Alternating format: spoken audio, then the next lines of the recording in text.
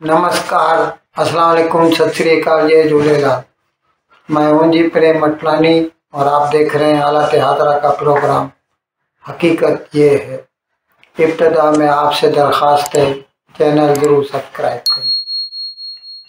दोस्तों, आज गुजरात का जो कैपिटल सिटी है गांधीनगर, अहमदाबाद का ट्विन सिटी है, वहाँ पर वाइब्रेंट गुजरात का कन्वेंशन हो रहा है। इस वक्त शुरू हो गया होगा। इसका मुहूर्त तो खैर हिंदुस्तान के वजीर आजम नरेंद्र मोदी करेंगे और होस्ट जो है वो गुजरात गवर्नमेंट है, चीफ मिनिस्टर भूपेंद्र पटेल। लेकिन इसका जो चीफ गेस्ट है, मेहमान खुसूसी जो है, वो है मुत्तहिदा अरब अमारात या UAE। उसका सदर अबू धाबी का जो सुल्तान है, सुल्तान शेख मोहम्मद बिन जैद अल नहियान। अब वो इसमें शरीक होने के लिए कल भारत आए और सीधे अहमदाबाद के हवाई अड्डे पे उतरे और अहमदाबाद के हवाई अड्डे पर उनका इस्तकबाल बजाते खुद हिंदुस्तान के वजीर आजम जनाब नरेंद्र मोदी ने किया। हकीकत में ये प्रोटोकॉल के खिलाफ है। नॉर्मली क्या होता है कि कोई न कोई मिनिस्टर जिसको प्रोटोकॉल ऑफिसर का टेम्पररी, जैसे यूँ कह दीजिए कि काम सौंपा जाता है, वो रिसीव करता है जो विजिटिंग डिग्निटरी होते हैं। फिर उनको जो सेरिमोनियल वेलकम है वो प्रेसिडेंशियल पैलेस यानी राष्ट्रपति भवन में दिया जाता है और वहीं पर उनकी मुलाकात वजीर आजम से भी होती है। लेकिन प्रोटोकॉल के खिलाफ जाकर मोर देन प्रोटोकॉल भारत के वजीर आजम नरेंद्र मोदी ने शेख मोहम्मद बिन जैद को इज्जत दी, उनका इस्तकबाल बजाते खुद हवाई अड्डे पर जाके किया। अब उसकी वजह यह है कि गुज़िश्ता कई सालों से भारत के जो ताल्लुकात हैं वो बिलउमूम तो पूरे वेस्ट एशिया जो है, मगरबी एशिया है या मिडिल ईस्ट कह दीजिए, उनके साथ है, सब मुसलमान मुल्कों के साथ। लेकिन ख़ास तौर पर UAE या उसका जो मेन स्टेट है दुबई, उनके साथ है। और ये तो आपको इल्म होगा ही कि UAE के साथ भारत का फ्री ट्रेड एग्रीमेंट है, यानी जिसमें वो रियायती नरखों पर इंपोर्ट ड्यूटी लगाई जाती है एक दूसरे के इंपोर्ट और एक्सपोर्ट पर। मैं समझता हूँ 5% है और जिसकी वजह से $100 बिलियन से भी ज़्यादा का बिजनेस हो गया है भारत का और मुत्तहिदा अरब अमारात का। तो हम आपको बता रहे थे। अच्छा, इसके अलावा भी कई, अभी जैसे गल्फ कोऑपरेशन काउंसिल है, उसमें भी काम हो रहा है ताकि उसका भी FTA हो जाए, तो फिर सारे ममालिक जो है ना उनको हिंदुस्तान के साथ बिजनेस उनका बढ़ जाएगा। और दूसरा I2U2 आपने सुना होगा, जैसे कि एक दूसरा 4 मुल्कों का ऑर्गेनाइजेशन है, क्वाड जिसे बोलते हैं, ऑस्ट्रेलिया, जापान, अमेरिका और भारत। और ऐसा ही एक दूसरा क्वाड हमने आपको बताया था, I2U2 जिसे बोलते हैं, यानी उसमें इंडिया और इजराइल और मुत्तहिदा अरब अमारात U2 में और USA जो है, ये 4 ममालिक हैं। तो मतलब ये है कि डिफरेंट स्टेजेस पर या डिफरेंट ऑर्गेनाइजेशंस के थ्रू भारत के जो ताल्लुक हैं, वो ताल्लुकात हैं, वो मुत्तहिदा अरब अमारात से बहुत करीबी हैं। और कल जब UAE के सदर शेख मोहम्मद बिन जैद अल नहियान अहमदाबाद पहुँचे तो उनके भारत के वजीर आजम नरेंद्र मोदी के साथ टाक्स हुए, मुज़ाकरात हुए और उसमें उन्होंने मुख्तलिफ जो है बिजनेसेस पर या सब्जेक्ट्स पर आपस में मेमोरेंडम ऑफ अंडरस्टैंडिंग MOU जिसे बोलते हैं, उन पर दस्तखत किए। और ये वैरायटी ऑफ जो सब्जेक्ट्स हैं उन पर MOU साइन हुए हैं।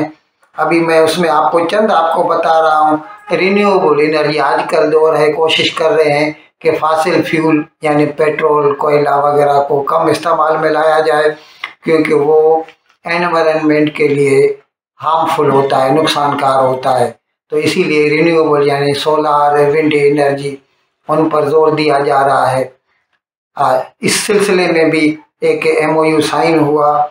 और एक था innovation health care. Health care में हिंदुस्तान, अभी हमने 2-3 रोज के बिल प्रोग्राम किया था, आपको बताया था कि जैसे कैंसर के लिए या हार्ट पेशेंट के लिए जो है कोलेस्ट्रॉल घटाने के लिए एक नया इंजेक्शन बनाया गया है हिंदुस्तान में।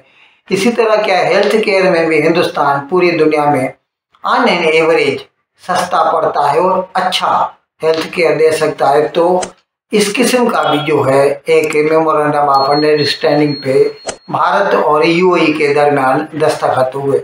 अच्छा, अभी इस वाइब्रेंट गुजरात ये जो प्रोग्राम आज हो रहा है गुजरात में या अहमदाबाद में, तो उसमें क्या है कि पूरी दुनिया से बड़ी बड़ी जो मल्टीनेशनल कंपनीज हैं उनके चीफ एग्जीक्यूटिव ऑफिसर भी वो शरीक हो रहे हैं।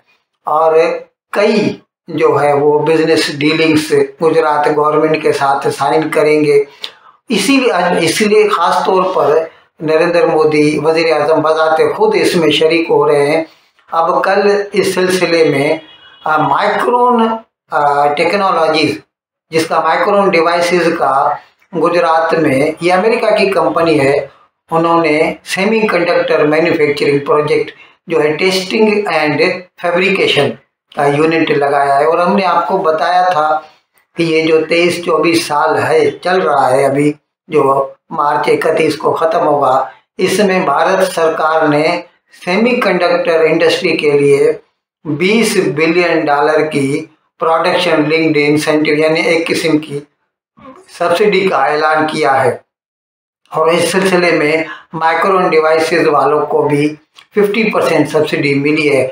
उसका जो चीफ एग्जीक्यूटिव था उसका नाम है मैं बताता हूँ आपको, संजय मल्होत्रा। वो भी आए हुए हैं गुजरात और उन्होंने जो है नरेंद्र मोदी के साथ मिले वो और टॉक्स भी किए।